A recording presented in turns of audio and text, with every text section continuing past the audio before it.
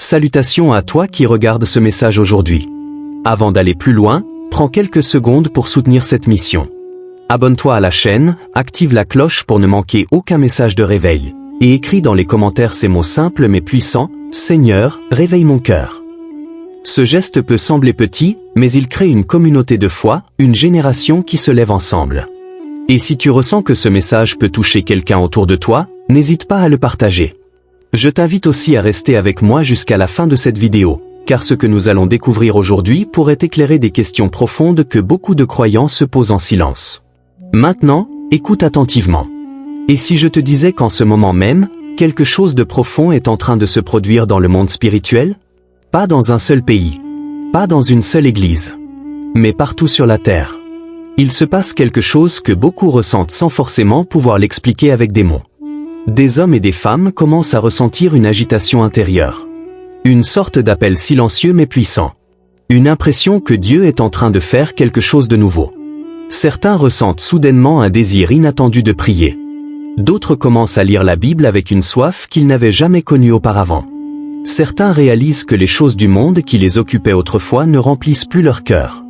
Et beaucoup se posent la même question: pourquoi est-ce que je ressens cela maintenant? Ce sentiment n'est pas une simple émotion passagère. Ce n'est pas non plus une tendance religieuse qui apparaît puis disparaît avec le temps. Ce que beaucoup de personnes vivent aujourd'hui ressemble à ce que la Bible appelle un réveil spirituel. Un réveil ne commence pas forcément dans les foules. Il ne commence pas toujours dans de grands événements ou dans des rassemblements impressionnants. Très souvent, il commence dans un cœur. Dans un cœur qui commence à comprendre que Dieu appelle à quelque chose de plus profond. Dans un cœur qui refuse de rester dans la superficialité spirituelle. Dans un cœur qui réalise que la foi n'est pas seulement une tradition, mais une relation vivante avec Dieu. Et ce qui est fascinant, c'est que ce phénomène se produit aujourd'hui dans de nombreux endroits du monde, parfois même dans des lieux où personne ne s'y attendait. Des jeunes redécouvrent la puissance de la prière. Des personnes qui se sentaient perdues commencent à chercher Dieu sincèrement. Des croyants qui vivaient une foi tiède ressentent soudainement le besoin de revenir à une vie spirituelle authentique. Comme si une voix invisible appelait une génération entière à se lever. Pas une génération ordinaire. Pas une génération distraite par le bruit constant du monde. Mais une génération différente. Une génération choisie. Une génération appelée. Une génération mise à part pour un temps particulier de l'histoire. Peut-être que tu as déjà ressenti cela sans vraiment comprendre ce que c'était. Peut-être qu'il y a des moments où tu te sens poussé à réfléchir plus profondément à ta relation avec Dieu. Peut-être que certaines paroles bibliques commencent à te toucher d'une manière nouvelle. Ou peut-être que tu as simplement l'impression qu'il y a plus dans la vie spirituelle que ce que tu as connu jusqu'à présent. Si c'est le cas, il est possible que ce que tu ressens ne soit pas un hasard.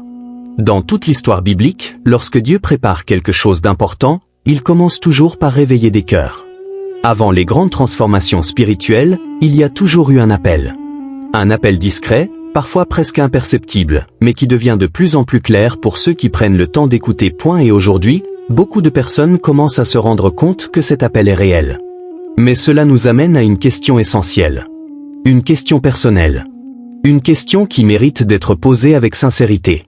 Fais-tu partie de ceux que Dieu est en train d'appeler? C'est une question que personne d'autre ne peut répondre à ta place. Pas un pasteur. Pas un ami. Pas même cette vidéo.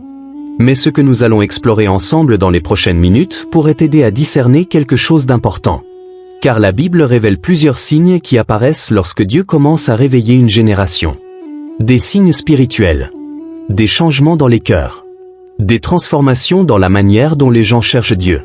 Et parfois, ces signes apparaissent dans la vie d'une personne bien avant qu'elle comprenne pleinement ce que Dieu est en train de faire. Alors reste attentif. Reste avec moi jusqu'à la fin de cette vidéo.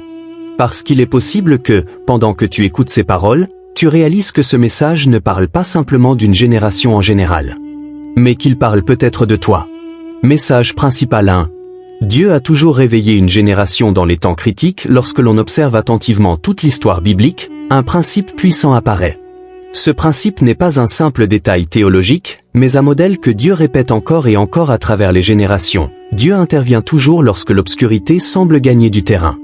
Lorsque le péché augmente, lorsque les valeurs spirituelles disparaissent et lorsque l'humanité semble s'éloigner dangereusement de la vérité. Dieu ne reste jamais silencieux. Il agit. Mais la manière dont Dieu agit est souvent différente de ce que les hommes imaginent. Beaucoup pensent que lorsque Dieu veut transformer le monde, il agit immédiatement avec une puissance visible qui change tout instantanément. Pourtant, dans les Écritures, Dieu choisit très souvent une autre stratégie.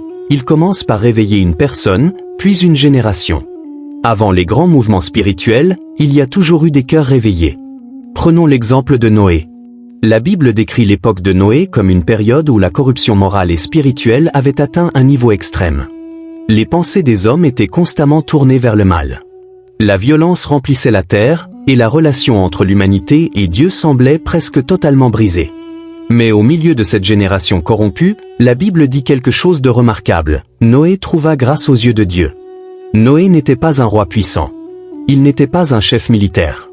Il n'était pas un homme célèbre.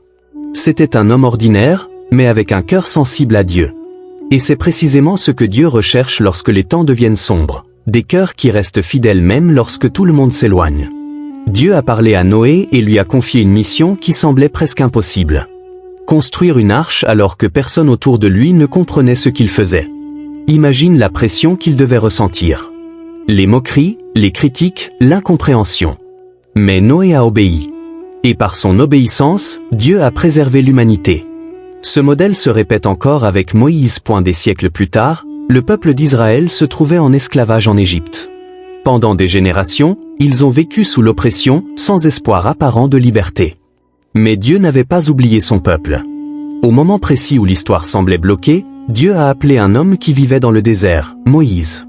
Moïse ne se voyait pas comme un leader. Lorsqu'il a rencontré Dieu dans le buisson ardent, il a même essayé d'expliquer pourquoi il n'était pas la bonne personne. Il doutait de lui-même. Il pensait ne pas être capable. Il croyait ne pas avoir les qualités nécessaires.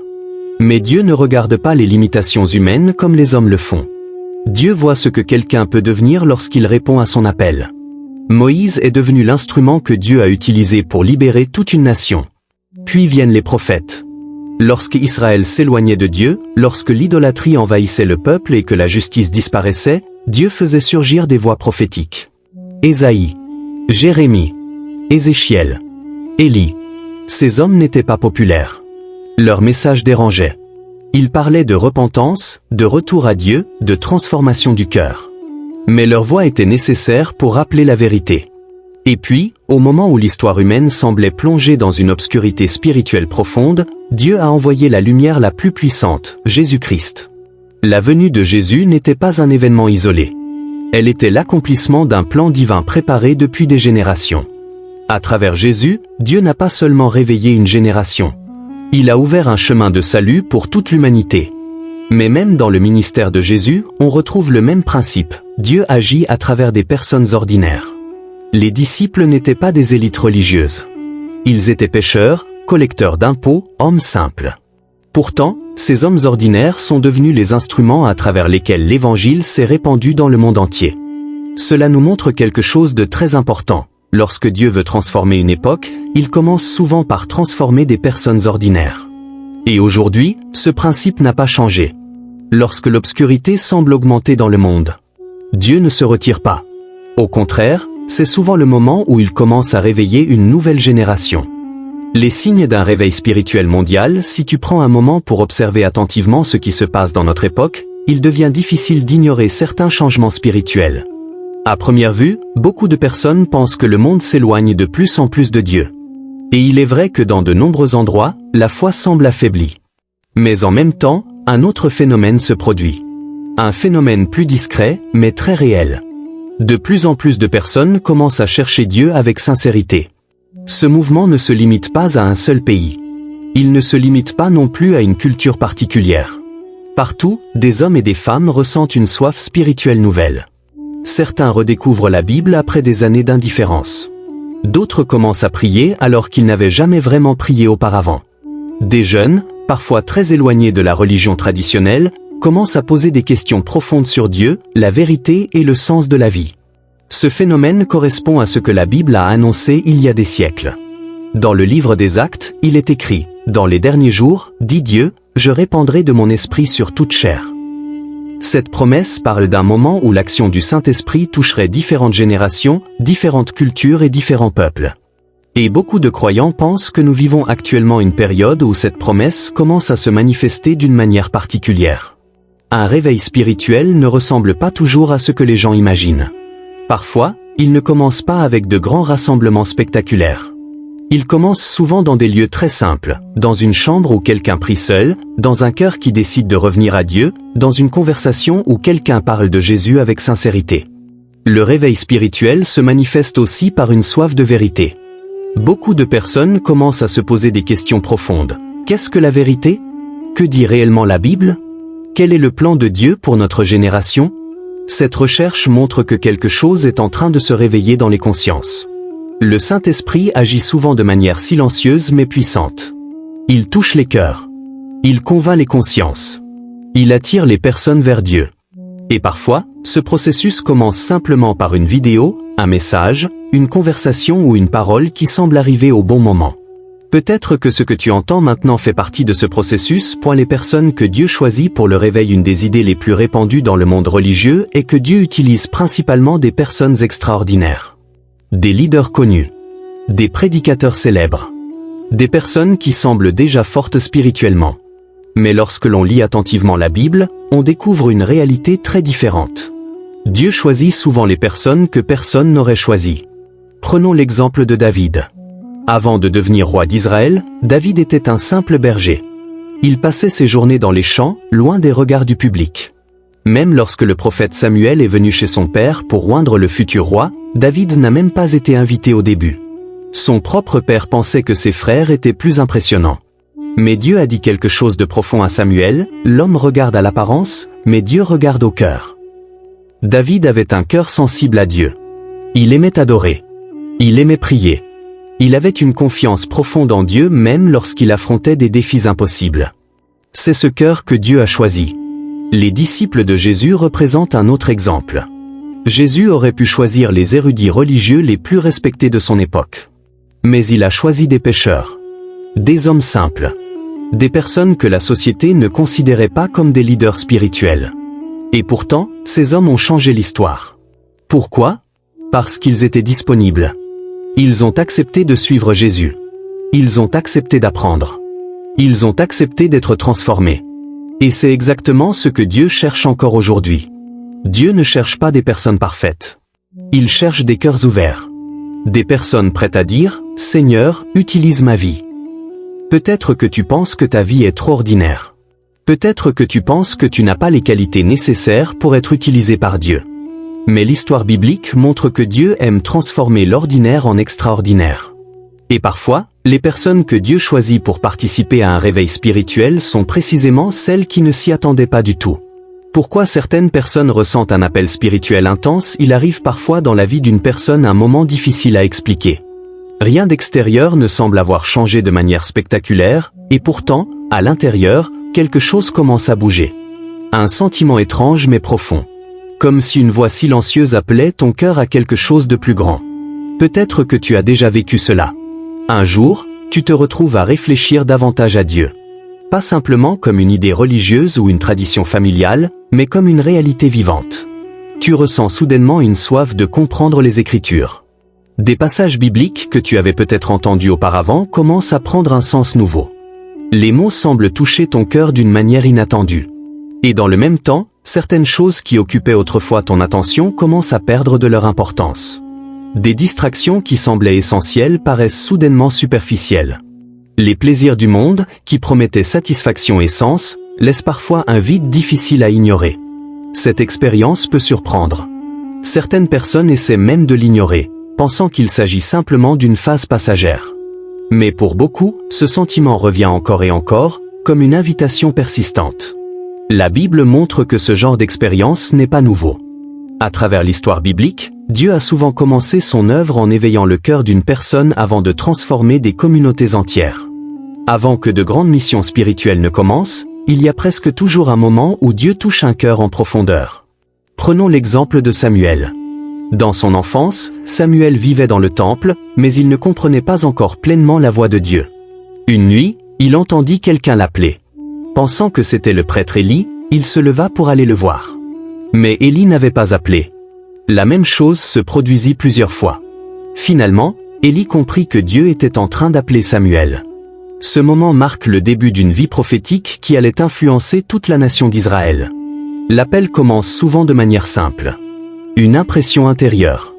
Une conviction. Un désir de chercher Dieu plus sérieusement. On peut aussi penser à l'apôtre Paul. Avant sa rencontre avec Jésus sur le chemin de Damas, Paul était persuadé d'être dans la bonne direction. Pourtant, Dieu avait un plan radicalement différent pour sa vie. La rencontre avec Christ transforma complètement son cœur et sa mission. À partir de ce moment, Paul ressentit un appel intense à annoncer l'Évangile. Ce qui est fascinant dans ces histoires, c'est que Dieu ne commence pas par donner toutes les réponses immédiatement. Il commence par éveiller une soif. Une soif de vérité. Une soif de justice. Une soif de présence divine. Cette soif devient souvent le point de départ d'un cheminement spirituel plus profond.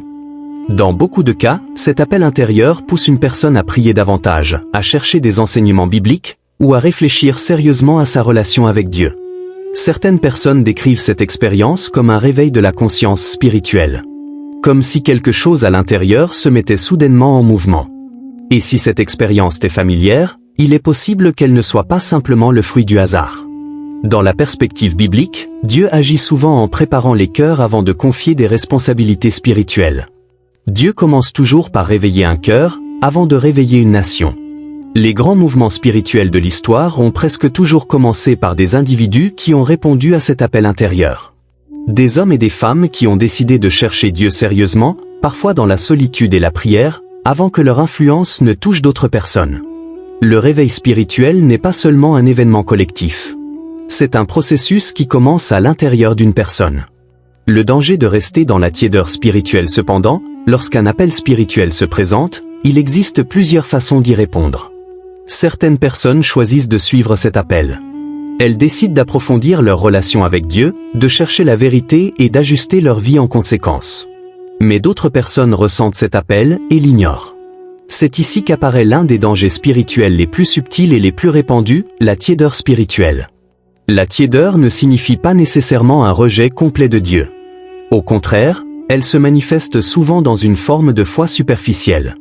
Une foi qui existe en apparence, mais qui ne transforme pas vraiment la manière de vivre. Une personne tiède peut aller à l'église, connaître certains passages bibliques et même parler de la foi. Mais au fond, Dieu n'occupe pas réellement la première place dans sa vie. La Bible met en garde contre cette attitude. Dans le livre de l'Apocalypse, un message est adressé à l'église de Laodicée.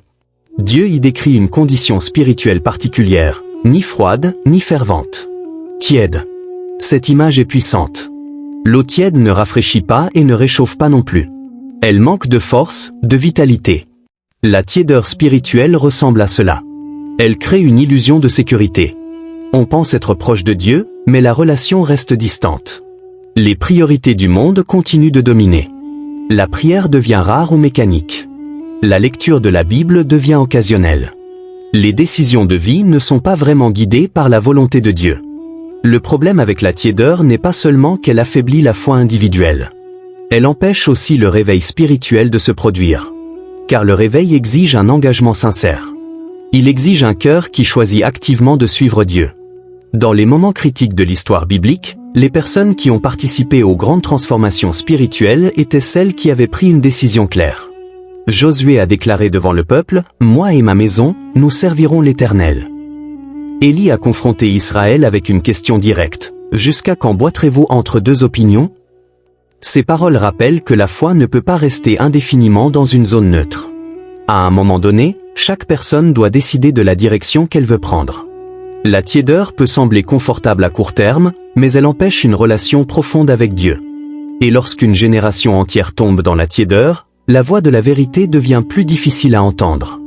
C'est pourquoi les périodes de réveil spirituel sont souvent accompagnées d'appels puissants à la repentance, au renouveau et à l'engagement. La mission de la génération que Dieu réveille lorsque Dieu commence à réveiller une génération, ce réveil ne se limite pas à une expérience personnelle. Il conduit toujours à une mission. Dans la Bible, chaque fois que Dieu transforme des cœurs, il confie aussi une responsabilité. Le réveil spirituel n'est pas seulement destiné à apporter une bénédiction individuelle. Il vise à produire un impact qui dépasse la vie d'une seule personne. La génération que Dieu réveille aujourd'hui possède une mission claire. La première mission est de proclamer la vérité biblique. Dans un monde rempli d'informations, d'opinions et de philosophies différentes, la vérité devient parfois difficile à discerner. Beaucoup de personnes cherchent des réponses authentiques. La Bible reste une source de vérité qui traverse les générations. Proclamer cette vérité ne signifie pas imposer des croyances, mais témoigner avec courage et sincérité de ce que Dieu révèle dans les Écritures. La deuxième mission consiste à ramener les cœurs vers Dieu. Dans de nombreux endroits du monde, les gens vivent avec un sentiment de vide spirituel. Malgré les progrès technologiques et les distractions modernes, beaucoup ressentent un manque profond. Le réveil spirituel répond à cette soif. Les personnes qui ont rencontré Dieu de manière authentique deviennent souvent des instruments pour encourager d'autres personnes à chercher cette même relation. La troisième mission est de préparer les nations pour les temps à venir. Chaque génération fait face à ses propres défis. Mais l'histoire montre que les périodes de transformation peuvent aussi être des moments d'opportunité spirituelle. Lorsque Dieu réveille une génération, il prépare souvent des hommes et des femmes capables d'apporter lumière, sagesse et espérance dans des contextes difficiles. C'est dans cet esprit que des initiatives, des enseignements et des messages spirituels continuent d'être partagés aujourd'hui. L'objectif n'est pas simplement de produire du contenu religieux. Le véritable objectif est de contribuer à un mouvement de transformation intérieure. Car le monde n'a pas seulement besoin de discours spirituels. Il a besoin de vies transformées. Il a besoin de personnes qui incarnent les valeurs de l'Évangile, l'amour, la vérité, la compassion, la justice et la fidélité. Dieu continue de chercher des personnes prêtes à répondre à son appel. Pas nécessairement des personnes parfaites, mais des personnes disponibles. Des personnes capables de dire avec sincérité, « Seigneur, me voici. Utilise-moi ». Personne avec les mains jointes, invocation finale, prière, « Seigneur Dieu Tout-Puissant, en ce moment précis, nous nous arrêtons quelques instants pour tourner nos cœurs vers toi. Dans un monde rempli de bruit, de distractions et d'inquiétudes, nous voulons prendre ce temps pour reconnaître ta présence et chercher ta voix. Tu es le Dieu des générations. Le Dieu qui a parlé à Abraham. Le Dieu qui a guidé Moïse. Le Dieu qui a inspiré les prophètes. Et le Dieu qui s'est révélé parfaitement à travers Jésus-Christ. Aujourd'hui encore, tu continues d'agir. Nous te remercions pour le réveil spirituel que tu es en train de répandre dans le monde. Même si tout le monde ne le voit pas encore clairement, nous croyons que ton esprit est à l'œuvre. Tu touches les cœurs. Tu réveilles des consciences. Tu attires des hommes et des femmes vers la vérité. Seigneur, il y a peut-être quelqu'un qui écoute cette prière maintenant et qui ressent quelque chose de nouveau dans son cœur. Peut-être qu'il ne comprend pas encore totalement ce qui se passe en lui. Peut-être qu'il ressent simplement une soif de te connaître davantage. Nous te prions pour cette personne. Réveille les cœurs endormis. Réveille ceux qui ont perdu leur passion pour toi. Réveille ceux qui se sont éloignés sans même s'en rendre compte. Réveille ceux qui ont été blessés, découragés ou fatigués dans leur marche spirituelle. Que ton esprit souffle à nouveau sur eux. Seigneur, allume un feu nouveau dans cette génération. Un feu qui ne dépend pas des émotions passagères, mais qui naît d'une véritable rencontre avec toi. Un feu qui pousse les hommes et les femmes à chercher ta présence avec sincérité. Un feu qui inspire la prière. Un feu qui ravive l'amour pour ta parole. Un feu qui transforme les vies de l'intérieur. Si quelqu'un regarde cette vidéo aujourd'hui et ressent ton appel, donne-lui le courage de répondre. Car répondre à ton appel demande parfois de quitter certaines habitudes, de changer certaines directions et de faire confiance à ta volonté. Donne la force à ceux qui hésitent. Donne la foi à ceux qui doutent.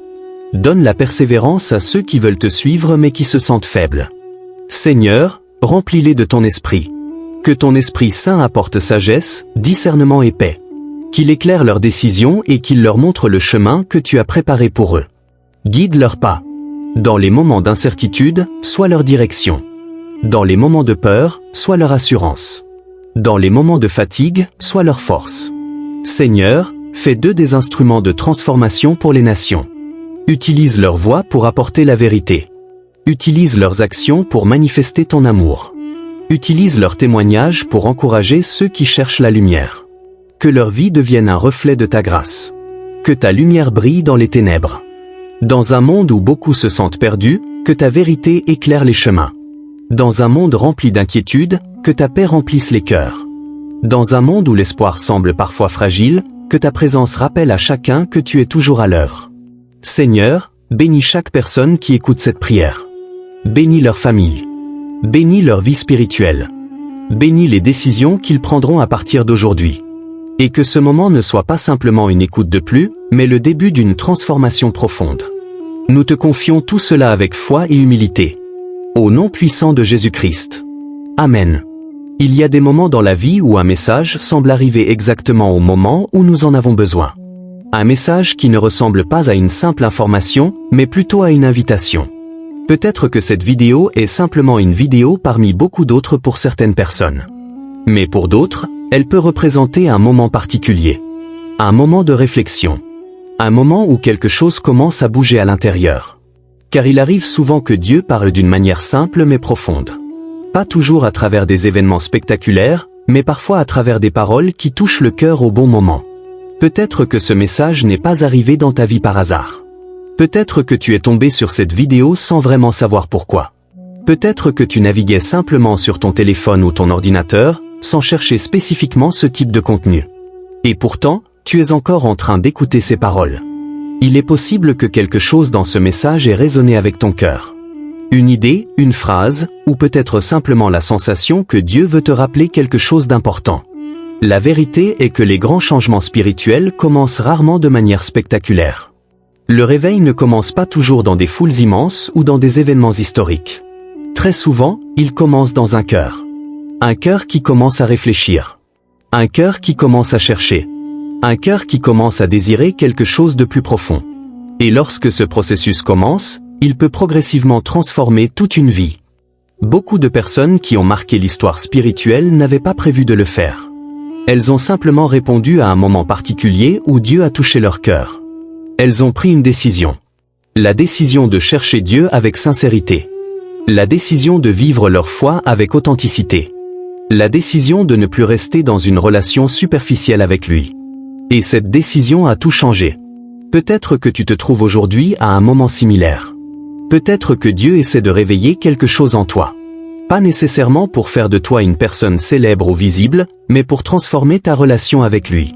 Car le réveil spirituel commence toujours de manière personnelle avant de devenir collectif. Il commence dans un cœur qui s'ouvre. Dans un esprit qui accepte de chercher la vérité. Dans une vie qui décide de marcher plus près de Dieu. Et aujourd'hui, ce cœur pourrait être le tien. Si ce message t'a touché d'une manière ou d'une autre, prends un moment pour faire un geste simple mais significatif. Écris dans les commentaires ces mots, « Seigneur, réveille mon cœur ». Cette phrase n'est pas seulement un commentaire. C'est une déclaration spirituelle. Une manière d'exprimer devant Dieu ton désir de vivre une foi plus profonde et plus authentique. Les commentaires deviennent aussi un espace où d'autres personnes peuvent voir qu'elles ne sont pas seules dans leur recherche de Dieu. Une communauté de personnes qui veulent avancer dans la foi se forme peu à peu. Et si tu ressens que ce type de message nourrit ta vie spirituelle, pense aussi à t'abonner à la chaîne Voix du Réveil Global. En t'abonnant et en activant la cloche, tu seras informé chaque fois qu'un nouveau message sera publié. Ces messages ont pour objectif d'encourager la foi, de partager la vérité biblique et d'inspirer une génération à chercher Dieu sincèrement. Tu peux également partager cette vidéo. Peut-être qu'une personne autour de toi traverse une période de doute, de questionnement ou de fatigue spirituelle. Un simple partage peut permettre à quelqu'un d'entendre un message qui lui donnera espoir ou direction. Parfois, Dieu utilise des moyens simples pour toucher les cœurs. Un message. Une conversation. Une vidéo partagée au bon moment. Et qui sait, ce partage pourrait être exactement ce dont quelqu'un avait besoin aujourd'hui. Parce que quelque chose est en train de se produire. Dieu est en train de réveiller une génération. Une génération qui cherche la vérité. Une génération qui refuse la superficialité spirituelle. Une génération qui veut vivre une relation réelle avec Dieu. Et peut-être que cette génération ne commence pas ailleurs. Peut-être qu'elle commence avec toi.